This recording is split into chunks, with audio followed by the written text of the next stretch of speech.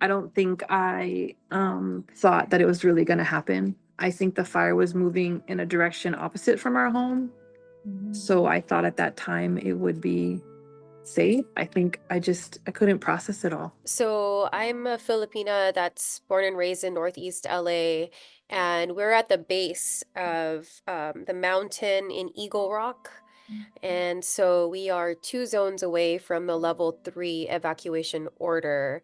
And 7 o'clock a.m. yesterday, in that part of Eagle Rock, we got the evacuation warning alarm on all of our devices from LA County. Yes. Wednesday, January 8th, Okay.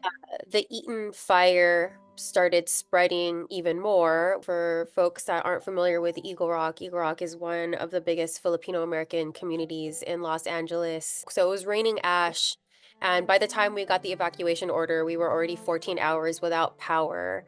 And so we decided to heed the warning and not wait until it got to the level of order and evacuated. Tanya, what you got was an order to evacuate? We actually left before the order, about 30 minutes. As we were leaving, we got the order. Tanya is joining us today. She was introduced to us by Jolene. Jolene, how do you know each other? The reason why I met Tanya is because she's the United Teachers Los Angeles union leader elected by her peers. And she teaches primarily and specifically pregnant and parenting teens in the public school system in Los Angeles. And she lives a 10 minutes away, 10-minute drive from where I live. So we were able to connect through all the different work, the great work that she does for the Los Angeles community. This seems to be very unfortunate that despite how giving and how generous you have been with your time and your resources to others, um, now you're the one that's needing help. My husband, I have 3 girls, Solana, Moani, and Keely. They're 8, 6, and 3. They will turn 9, 7, and 4. Their birthdays are January, February, and March. Oh my gosh. Okay. And so at what point did you realize that there was no longer a house to go back to?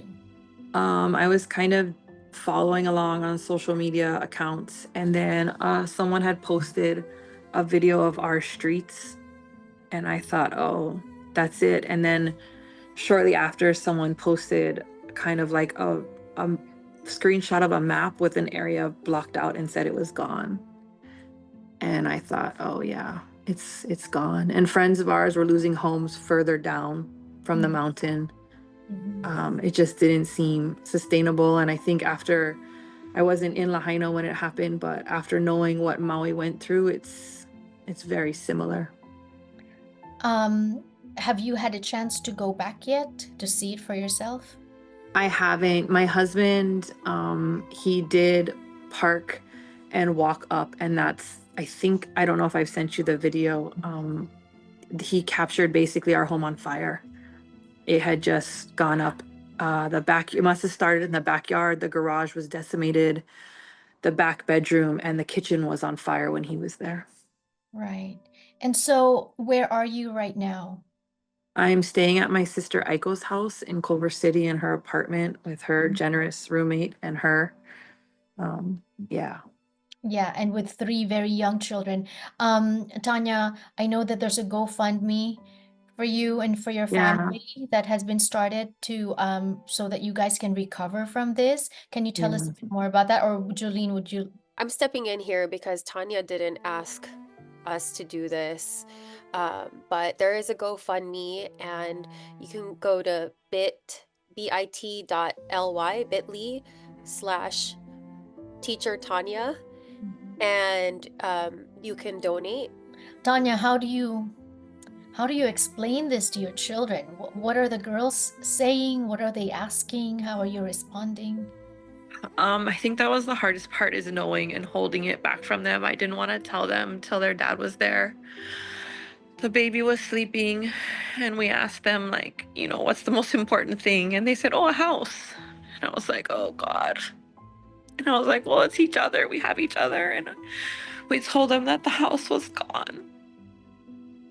And my oldest was kind of like unsure and my middle was crying, and I think listing like specific, she loves animals and stuffed animals. We lost our bearded dragon, and they've just kind of been processing like, oh mom, my journals that I wrote in. My oldest kind of started crying later, and she was like, all my journals, which like breaks my heart because you only have your babies young once, and like Solana's been writing in journals since like 5 or 6. Like it's just like you Yeah. have those baby memories when they're so special.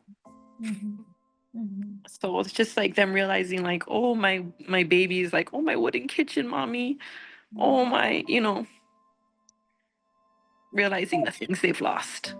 Right. But this is what it's like, right? Who prepares for something like that? I mean, I don't have a checklist of mementos that I will pack should that happen to me.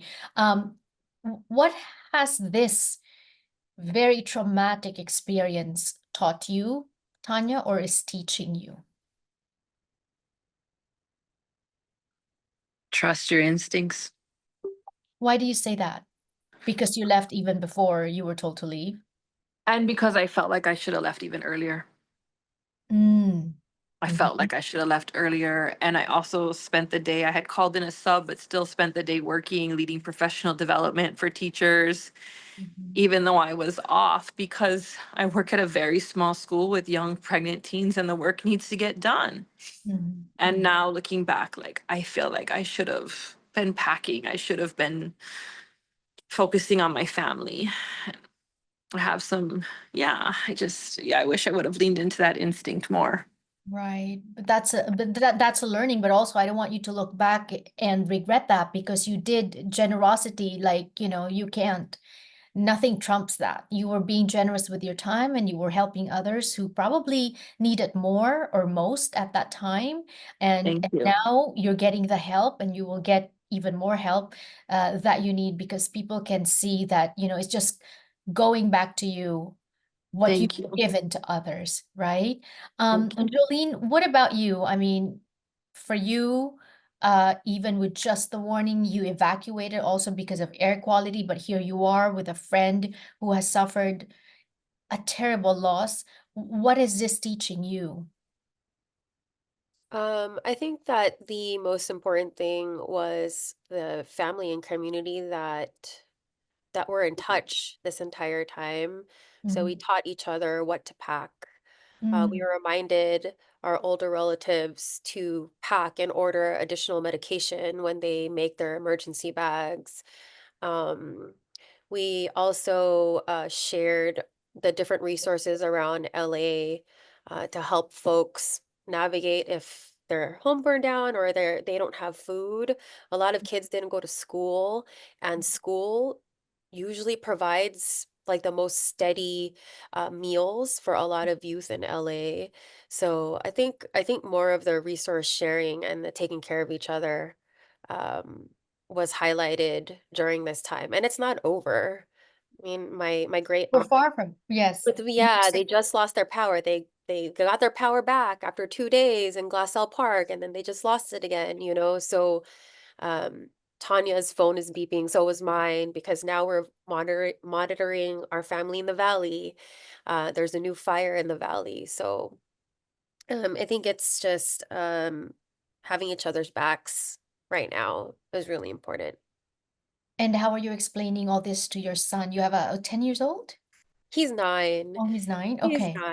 9. He really likes science, so I just showed him I just pulled up the news and showed him a map Mhm. and explained to him that the winds are spreading the fire.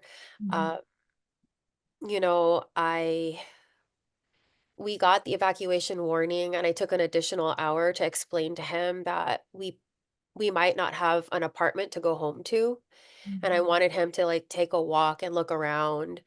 We packed what we needed, but I allowed him to just think about a few things that might mean something to him, for him to bring. He brought a book and he brought his little bag. Again, we don't really know what's important to kids until we ask them. So I didn't know what he was gonna pick. He has like a little Gudetama wallet, like a plastic wallet. I didn't think that that was that that was like a prized possession, but he brought that. So, he said that he was scared. He was saying it over and over again, but I felt like it was important because I only have one, unlike Tanya that has three with different age spans, that I was just upfront with him. So he helped me pack and we evacuated together. I made the call to not put him in school because the air quality was so bad and his school is near the Eaton Canyon fire. And they had actually just canceled classes 2 hours into the school day. So it goes to what Tanya was saying about just trusting your instincts. What's going on in your mind right now, Tanya? Um, I'm just overwhelmed by like my community, just the nuances, the small things that matter. Just very grateful to everyone, and I